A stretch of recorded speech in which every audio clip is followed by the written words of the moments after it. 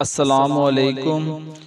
میں آپ سب سے گزارش کروں گا کہ ایک مرتبہ سورۃ فاتحہ اور 3 مرتبہ سورہ اخلاص پڑھ کے ان کا ثواب ان مسلمانوں تک پہنچا دیں جو اس دنیا فانی سے جا چکے ہیں۔ امام علی علیہ السلام کی خدمت میں ایک شخص آیا اور عرض کرنے لگا، یا علی، یہ کوا ہمیشہ ڈرا ہوا کیوں رہتا ہے؟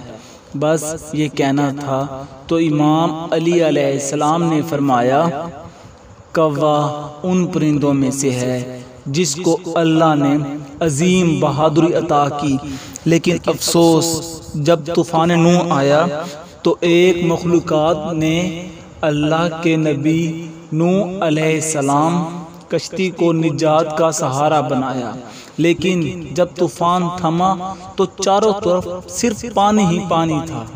تو اللہ کے نبی حضرت نوح علیہ السلام نے کوے کو کہا کہ تم بہادر ہو تو جاؤ کہ تم آس پاس تمہیں زمین نظر آئے تو تاکہ ہم کشتی کا رخ خشکی کی طرف کر دیں۔ کوا اڑتا ہوا گیا اور خشکی دیکھی لیکن واپس نہ آیا۔